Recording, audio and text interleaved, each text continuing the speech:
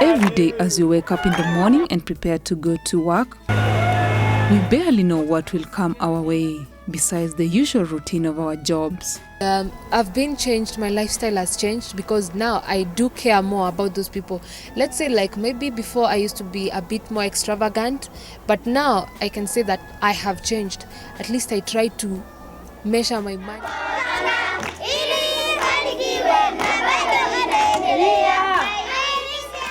Before the 27th of December 2007, life was perfectly normal for most Kenyans.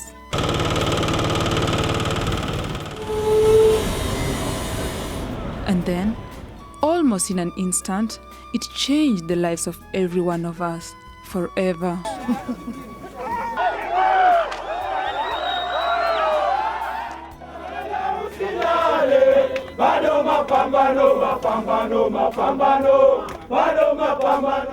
For weeks, these images are what Kenyans witness on their screens.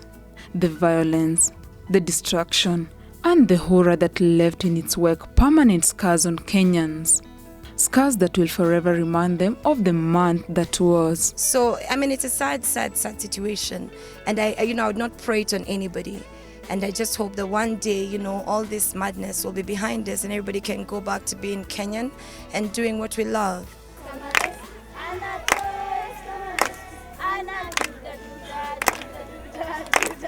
Few, if any, can claim that they were not affected, many directly by losing their loved ones, their property, and a place they once called home.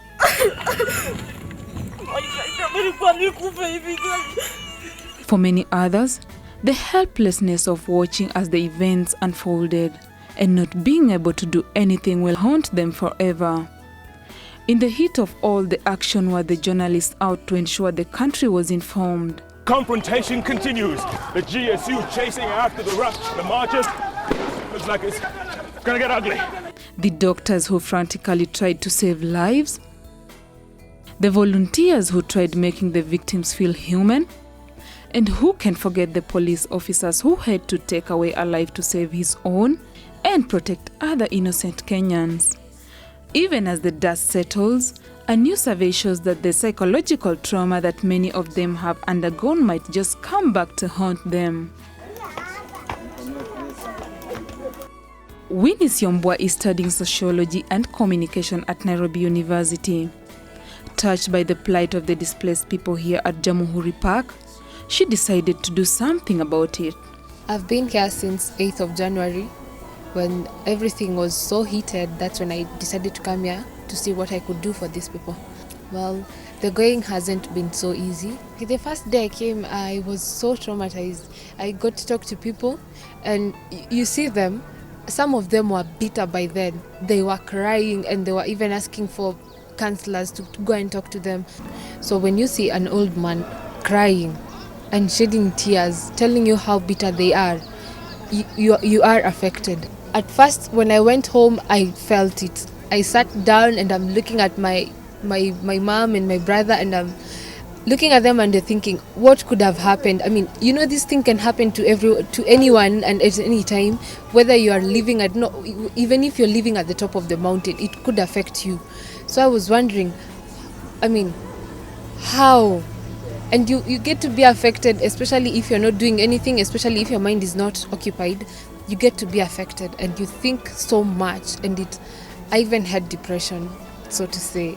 For many first-time volunteers, it's easy until they come face to face with the reality on the ground.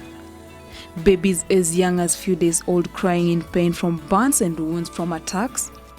Pregnant women going into labor at the camps in the middle of the night, and grown men breaking down as they narrate their ordeals. These events are bound to break the hearts of even the most seasoned of humanitarian workers.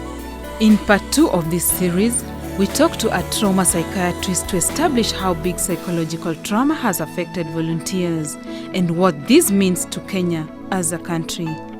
Violet Otindo, Eyewitness News.